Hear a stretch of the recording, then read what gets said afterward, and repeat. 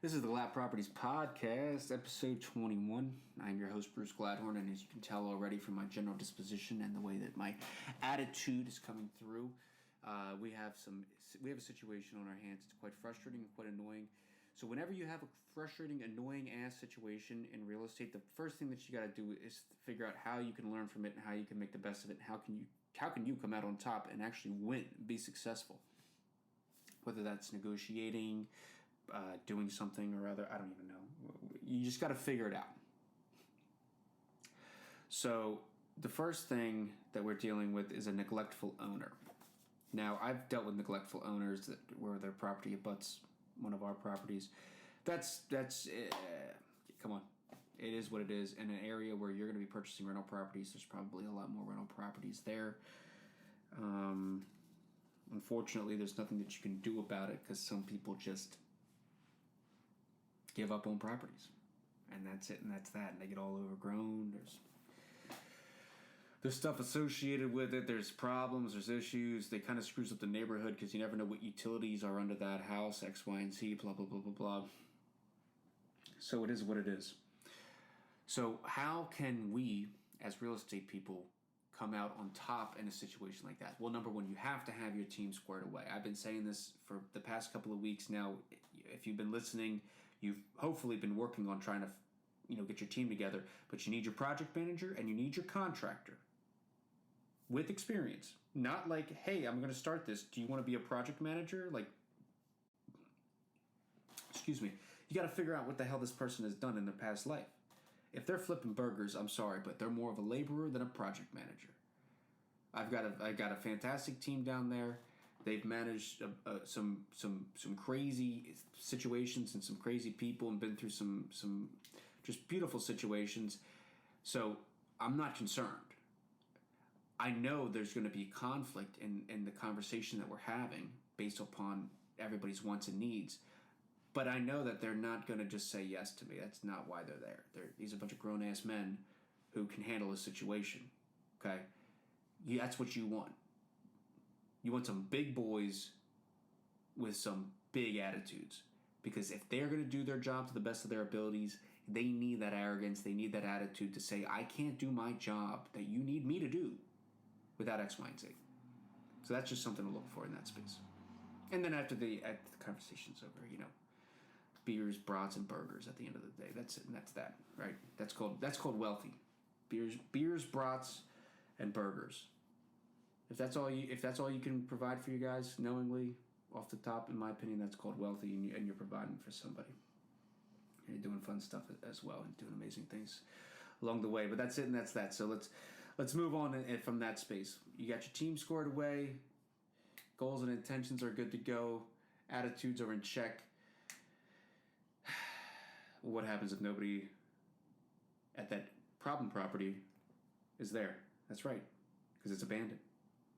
They're just letting it rot away. What do you got to do? You got to go find out where that person lives, and you got to send the dogs, release the hounds.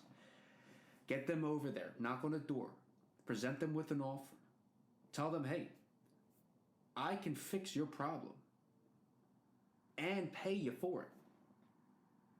Let's do a deal. What's it going to take to do this deal? If you only hit them with that and you show up once a week, you're going to end up buying the home whether you like it or not. It just is what it is.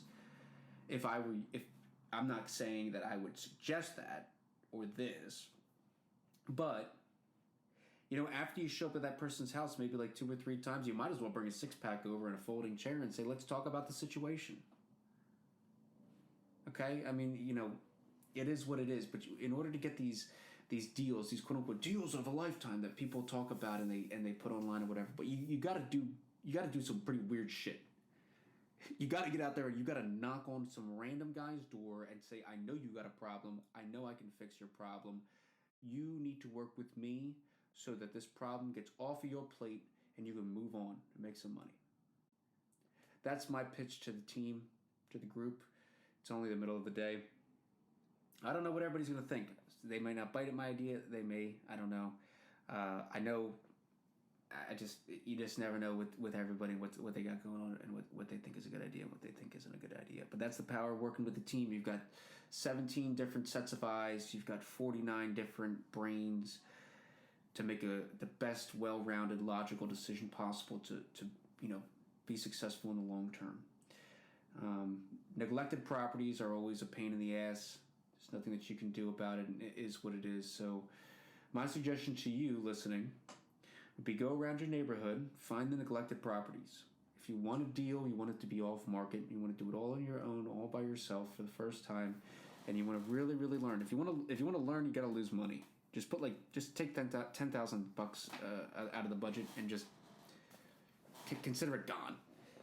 That $10,000, if you have a $100,000 budget, that $10,000 that you just waste, you learn $100,000 worth of information right there. It doesn't make any sense if you don't know what I'm talking about, but it is what it is. But yeah, go out, drive around your neighborhood, look for the neglected properties, bang on the neighbor's doors, see if you can get a phone number, see if you can make a phone call, see if you can make a connection. Just talk to them. I just want to talk. I just want to see what's going on. I'm interested.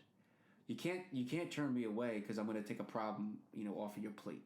So if you want to keep being the guy that whose property looks like a smashed bag on the side of the road, and your name is associated with that, you just keep doing what you're doing. But if you want to fix this problem and possibly, make some money, you're going to want to talk to me. Hit him with that. And you know what? Don't stop talking to people. Keep working them. Get out there. Get your face in front of somebody. Being annoying as all possible and say, I'm looking for a deal. We'll circle back to this in October about the nightmare situation. It's not a nightmare situation. It's just a problem. But we'll circle back to this. We'll see what's up. We'll keep updating you guys. We got some cool camera equipment. We got some really high-speed stuff. Maybe I can get in there, redo the home, take a few photos, talk with you guys about it, do a couple videos. Hell, I might even sell it on YouTube. Who the hell knows? But anyway, at the end of the day, it's Thursday. It's a beautiful day out there. Go out, walk around, get your steps in.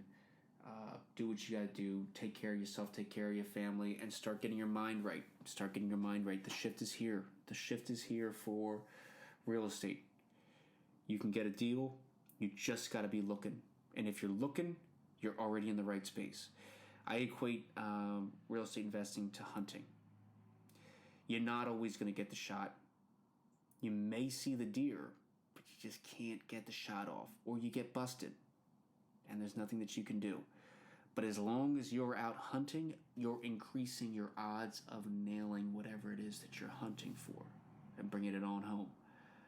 So you got to get into that mentality where you're looking, and then when you have that shot, don't even hesitate. Just rip it.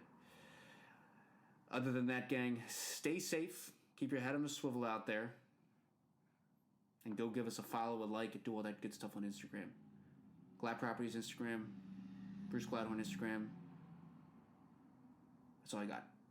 Peace, y'all.